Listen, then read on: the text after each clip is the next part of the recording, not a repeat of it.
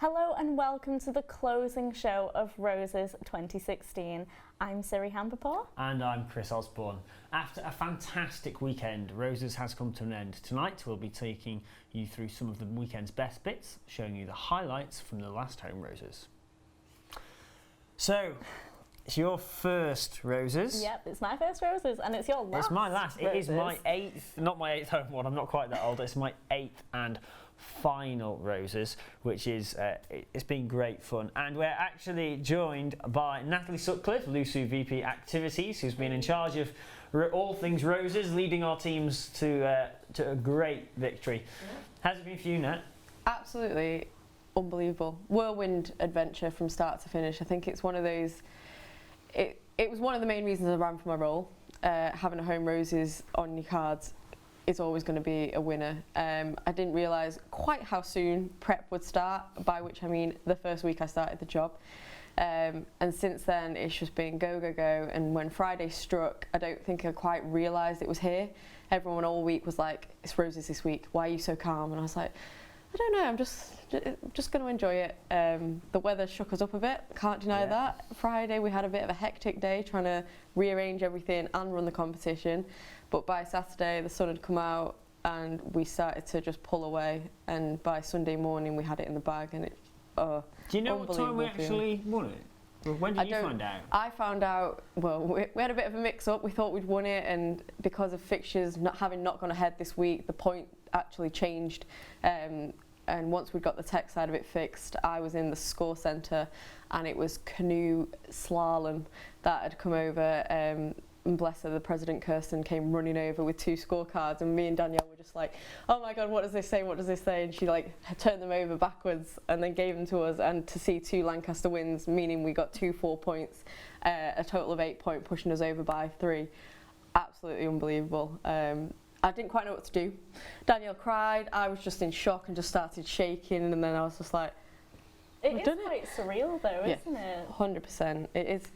It's an odd feeling, and after that I just relaxed. I just kind of wanted to make sure people enjoyed the weekend, and I think they had anyway. The sun coming out on Saturday was absolutely fantastic. Everything came back to life then. I think we'd all got a bit down in the dumps with the weather, but the sun came out, the music was on. You can rely on the likes of hip hop and dance to come and just get everyone going by just starting dancing in the middle of the Roses Hub, and that was it. And it just went from great to even greater over the course of that day. The darts, what a finish that was. So by that point I probably should have been in bed, but I had to see that, and it did finish on a high, and it just got better and better today. So you have brought another guest with you, haven't you? Of course. The all-important Carter James the Trophy, special guest. the Roses Trophy, He which is. is great to see sitting on our table with the nice red ribbons on, rather than being taken in a coach over to York. It's in much better hands here. It's great to see that back in our studio. Now, you were talking about the weather there. Today has been a little bit of a washout, but the important bits of the weekend we got by, didn't we? We did. The opening ceremony, it cleared up enough that it was freezing cold. Yeah. But it went ahead and it was dry, and all the performances happened, and the match happened without too much rain to scare off the audience. And Saturday was a great day. It really was. Although today, if we have a quick look on the duck cam outside, there's no ducks there at the minute, but once again you can see lots of rain landing on the lake outside, sadly. But it's been a great weekend. Even with the bad weather though, that's not put people off coming to watch the shows and the matches as well. So that's been really and good. I can't complain at that. It was one of my biggest worries to think we'd got all that way, we'd put all those hours in, and that weather was going to ruin it. And unfortunately it's something we can never predict, we can never control. And I was a bit panicky, thinking this is going to make people not want to come down or get involved, and how wrong was I? We had people waiting outside the sports centre doors at 8 o'clock Saturday morning to try and get in and watch badminton, and the stadium was absolutely full tonight for the closing ceremony, despite it raining all the way through the rugby match, and people then followed into the closing ceremony itself. So I honestly couldn't ask for more. The closing ceremony was of course moved inside, but it was still a great atmosphere in there. Great performance from hip hop and breakdance. Yep. And although I think we must admit that we drew the plans together on a piece of paper about an hour before it started, it went rather well, and it was a great atmosphere in there, and there was some competitive spirit without being without being too much, I think, and it was great to see that. It was great actually to see the rugby players, although sadly it was York who won that. They stole it. To walk in straight from playing to come and collect their trophy, which was nice, wasn't it? Yeah, it was definitely. You could definitely tell. Yeah, they brought a nice moist floor with them. So, but yeah, I think you hit the nail on the head when you said it was competitive but friendly atmosphere, and I think that's what I valued throughout the weekend, and that was heavily part of one of the campaigns. The Respect campaign wasn't about getting people to just behave well and be angels throughout the weekend, because at the end of the day it's a competition. People want to win, people will try their hardest and do what they can to win, but if that means they try and then at the end of that game they come up and they shake their players' hands and they say well done, then that's what it's all about. And throughout the weekend I saw demonstrations of that. Rugby League all partnered up at the end, had pictures together and then went off together. Women's rugby, after their fixture, ended up just playing kind of on the sideline, touch rugby just between themselves when fixtures were just going on and there was breaks. Lacrosse had a social with the York counterparts, and as I said during the closing ceremony, working with Grace this year has been absolutely fantastic, because we just, from day one, we realised it was better to work together on it instead of against each other. And I think in an event as big as this, it's not worth it. If you're just at each other's throats every 2 minutes, you're never going to get anywhere. And the fact that we pulled an event like this out of the bag, considering the weather, the number of fixtures we've got in, we've increased it again this year, and I've no doubt that'll go up again next year.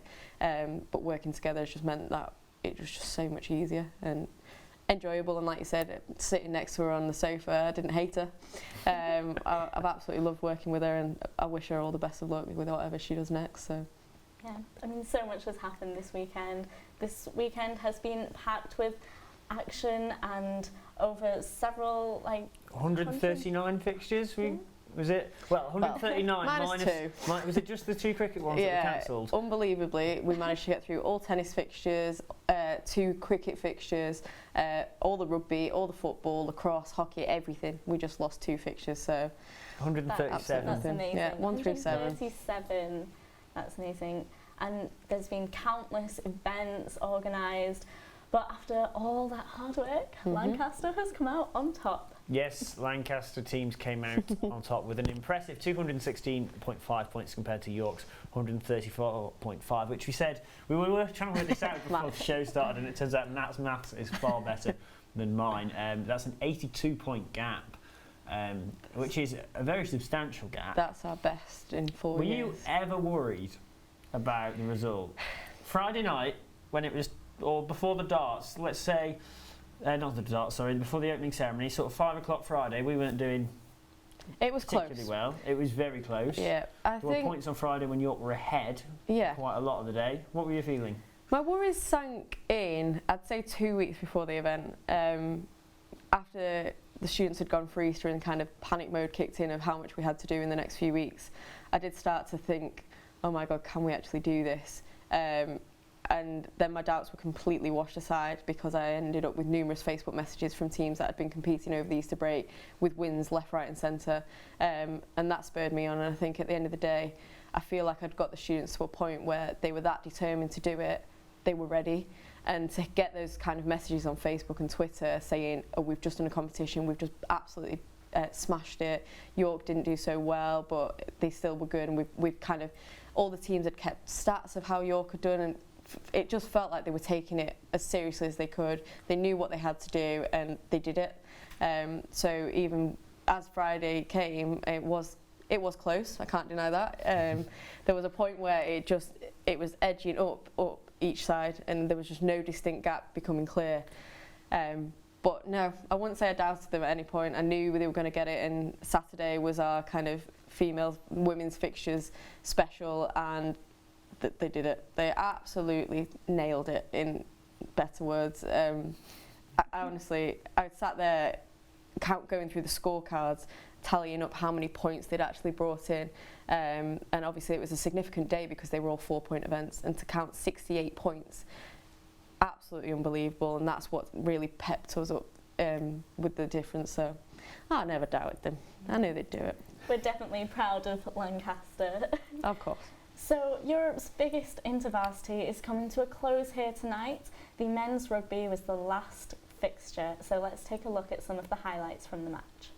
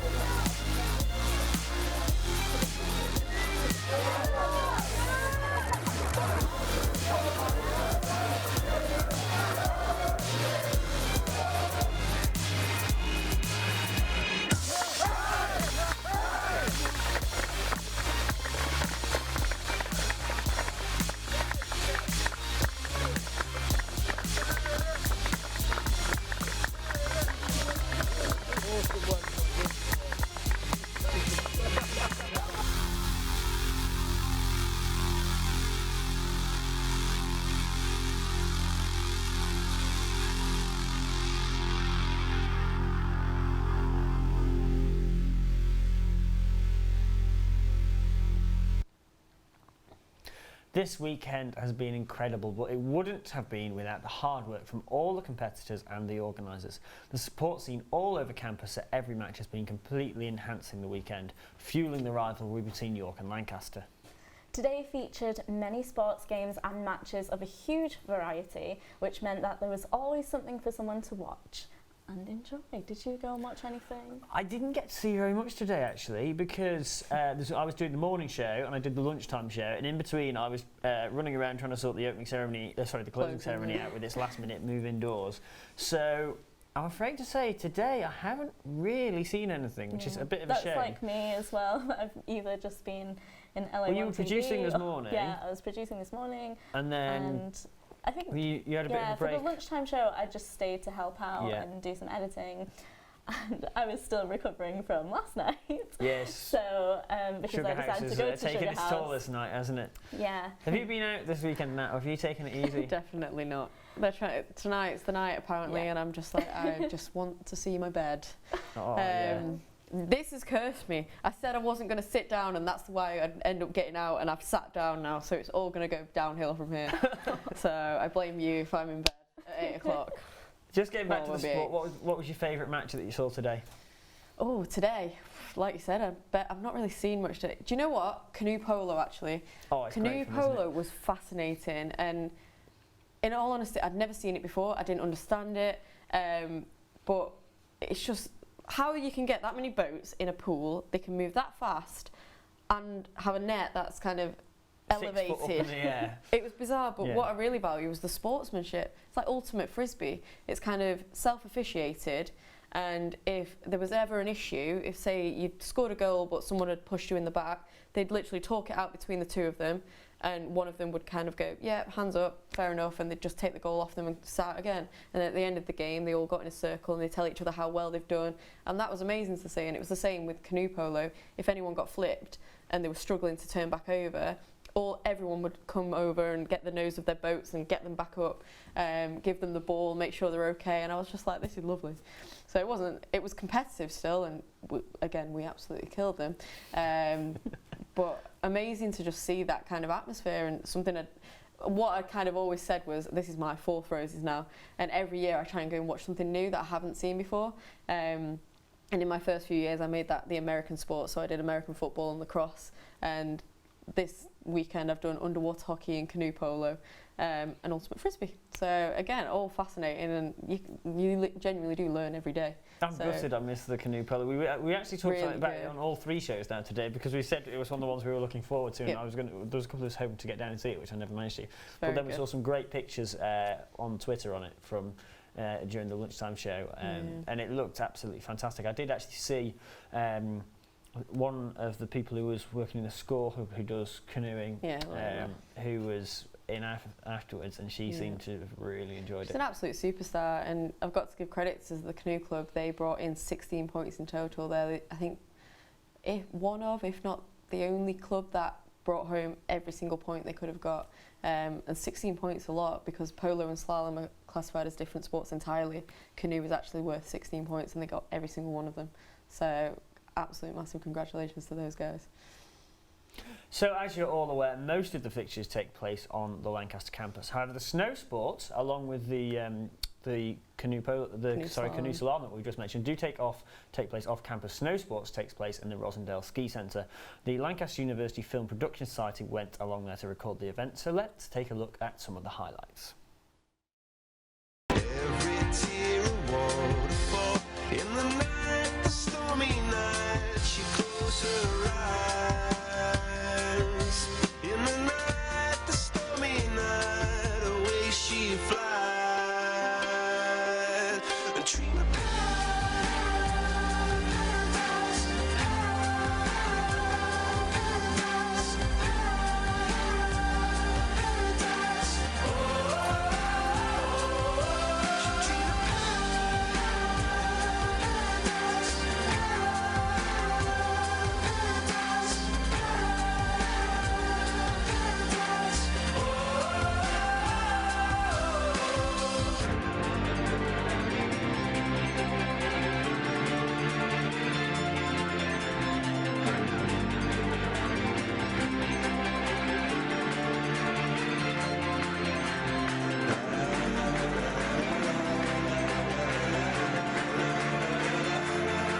so lying underneath those stormy skies. She said, oh, I know the sun was set to rise. This could be paradise.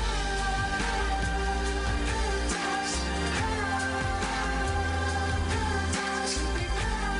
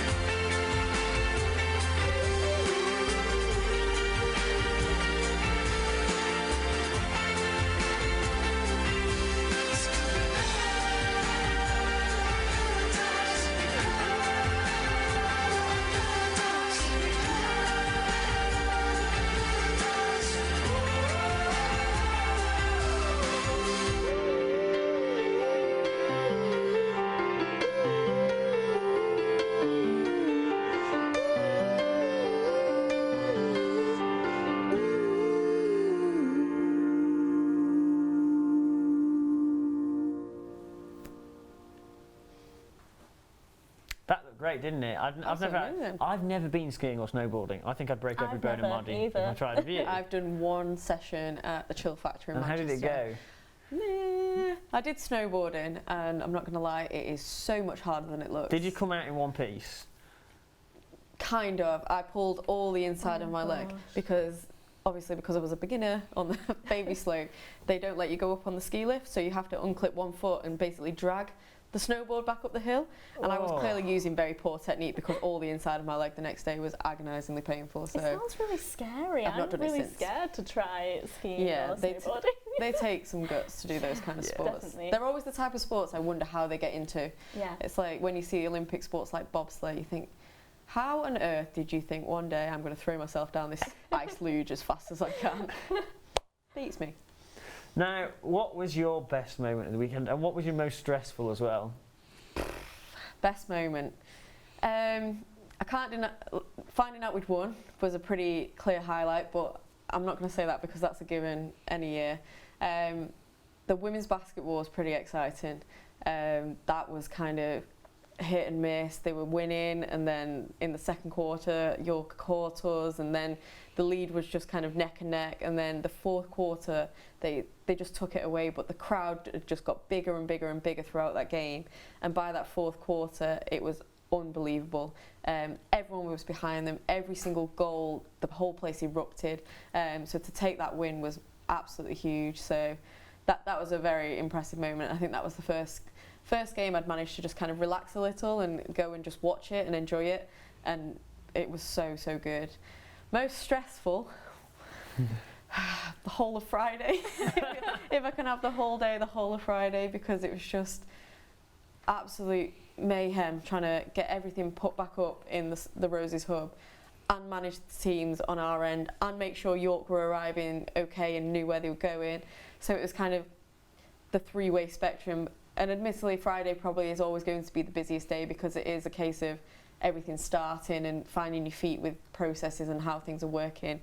But I just think we got set back with the weather. But we did it. We got through. Everything got played. Everything went as well as it could have done.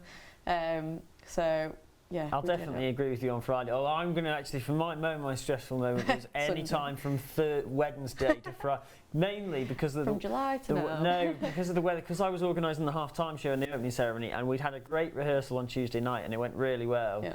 And I thought, well, that's our only rehearsal. And then until Friday, Wednesday and Thursday, I was terrified that the weather was going to just wreck it and we weren't going to be able to do it. And then Friday, just getting the stadium set up, getting all the PA in and having a rehearsal and trying that. And it was so cold, like we could hardly play our instruments and stuff.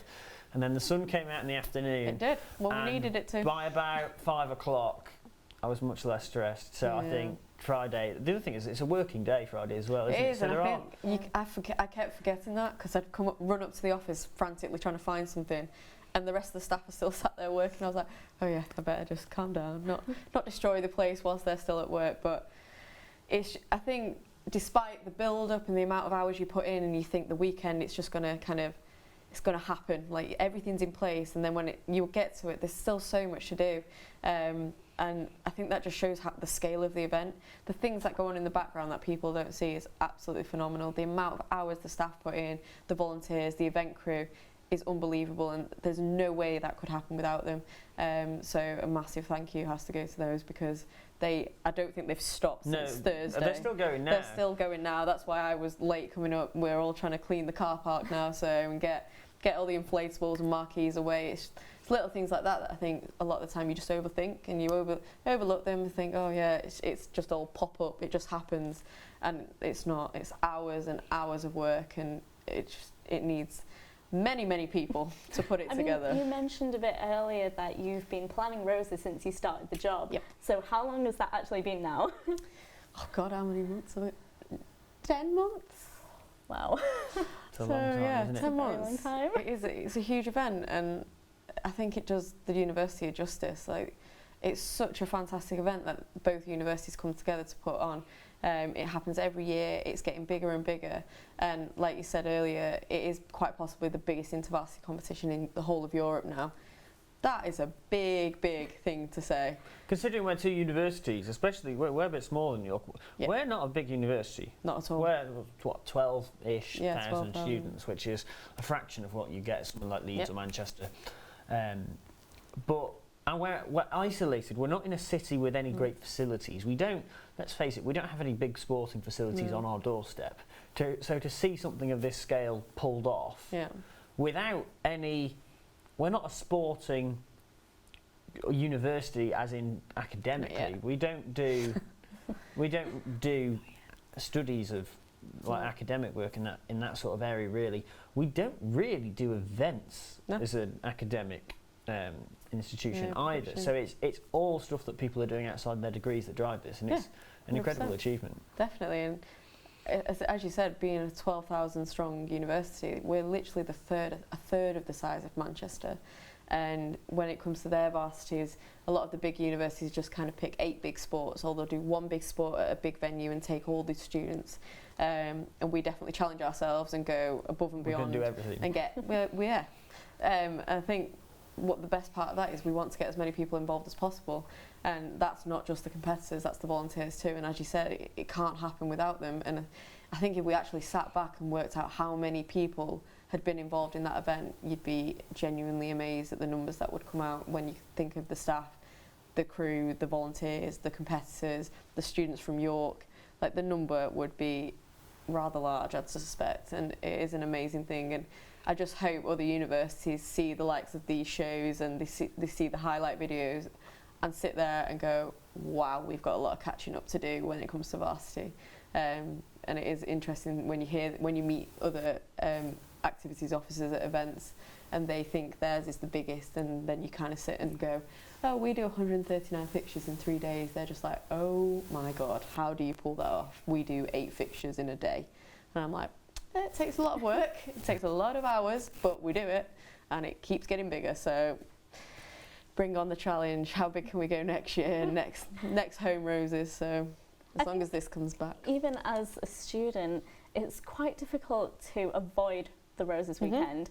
Even if you're not part of any sports societies, you just want to go down and support, your Lancaster teams. And I mean, even if you don't do a sport, student media is a big part of the Roses weekend. I think we've had about 40 people working for student media. Yeah, it's crazy. So that's crazy. We're very lucky. We've had members of 4 stations working on this. There's obviously been ourselves in York. We've had some people from Dundee and Loughborough coming up, which has been very, very helpful. A big thank you to those people who've come out and helped us. But the thing that I work organising quite a lot of university events for different things, for different departments and stuff. But the thing that really makes Roses stand out, and one of the reasons it's a success, is any university environment, it's quite political. There's lots of fairly petty things. But as soon as it comes to Roses, everyone's on the same page. Everyone's on the same page. And it makes it a lot easier, because you can't do something like this without it, can you? No, definitely not. And I think it is one of those events that you can't miss it. I think we do quite well at getting the Roses fever alive across campus, and this year we've done that even more so with Roses Fest. We had events going on in nearly almost every bar on campus, so even for those that aren't particularly interested in sport or don't want to kind of come down and get involved in that side of things, there was an opportunity to perform as a society. There was the opportunity to just go and sit and listen to music being played, or go and sit in a cafe and just have non-alcoholic drinks and still feel part of it. And I think that's quite important, that we reach out to as many students as we can, because the event is so big. We want everyone to get involved, and we hope that this year we have provided something for everyone, and we really did try our hardest to do so. So that's been great, and as far as I'm aware and what I've heard, that went down really well. The bars were busy all night. Snow Sports put on their après ski lodge. We had karaoke, we had acoustic lounges, absolutely anything and everything. You name it, I think we've tried to do it. And if we didn't do it, it probably did get suggested and we just couldn't. So it's not to say it can't ever. We'll work on it, but... Talking of that après ski party in Furness, the Snow Sports did... One of the things that you say wasn't possible, they did actually suggest that we put a ski slope on campus. Yeah, we had a snowboard simulator and a vodka luge. Two things. Into that? I didn't get a chance. I got a chance to just pop my head in. Did you see the vodka luge? No. I've seen images of it. It's quite impressive. It all lights up and it's a bit fancy. That's one of the things that I thought the union would outright go, no, we're not getting involved in that. And it was one of the things that they actually snatched the hands off and went, yep, we'll help you get that. So there was a huge snowboard simulator outside and a vodka luge where they were pouring alcohol down or soft drinks and all sorts into cups, and it was just quite funny. But the atmosphere in there was fantastic. I'm not going to lie, it was very odd to see Christmas trees coming through the office in April. And every day, Patrick, who was organising the events, kept getting things delivered that were just kind of snowflakes and winter scenes to stick in the windows. And as you sat there trying to think, it's April, the sun's out, I'm planning Roses, but there's a pile of snowflakes next to me and a Christmas tree. It was getting a bit odd, and I don't know if it was just the week getting to me thinking this is just a busy week, I'm imagining things, or whether it was happening. And it was. But hey ho, they pulled off again another amazing part of the event. The Roses Fest went down really, really well. So hey ho, we'll bring in the trees, bring in the Christmas of April. Why not? Well, that's it. The closing ceremony has finished, and that's all of it for Roses 2016. It's been full of excitement. Campus has had a constant buzz as over 50 sports have been played in the past couple of days. High hopes, hard work, and a lot of perseverance have gone into the preparation for the weekend, and it's now all over. On behalf of LA1 TV and YSTV, we'd like to thank you for watching, and we hope to catch you next year for Roses 2017. We'll leave you with a highlights video of Roses 2016. Bye bye.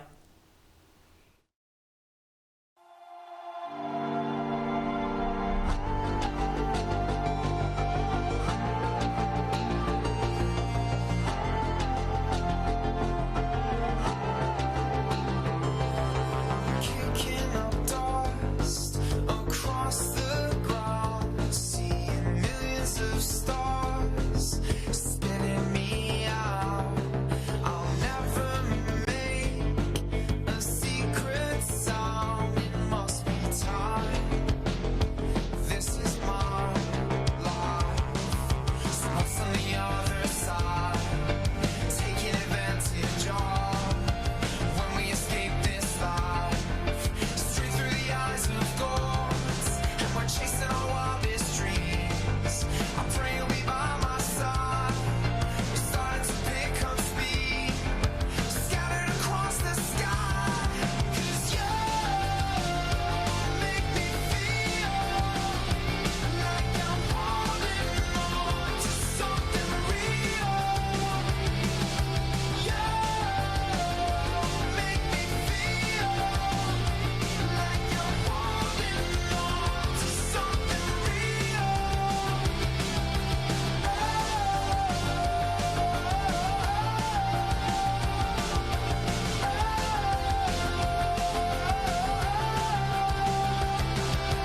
We are the underdogs, too young to have a clue, heading towards the light. But I haven't forgotten you, and we're chasing our wildest dreams. I pray you'll be by my side. We're starting to pick up speed, scattered across the sky. 'Cause you make me feel like you're holding on to something real. You make me feel like you're holding on to something real.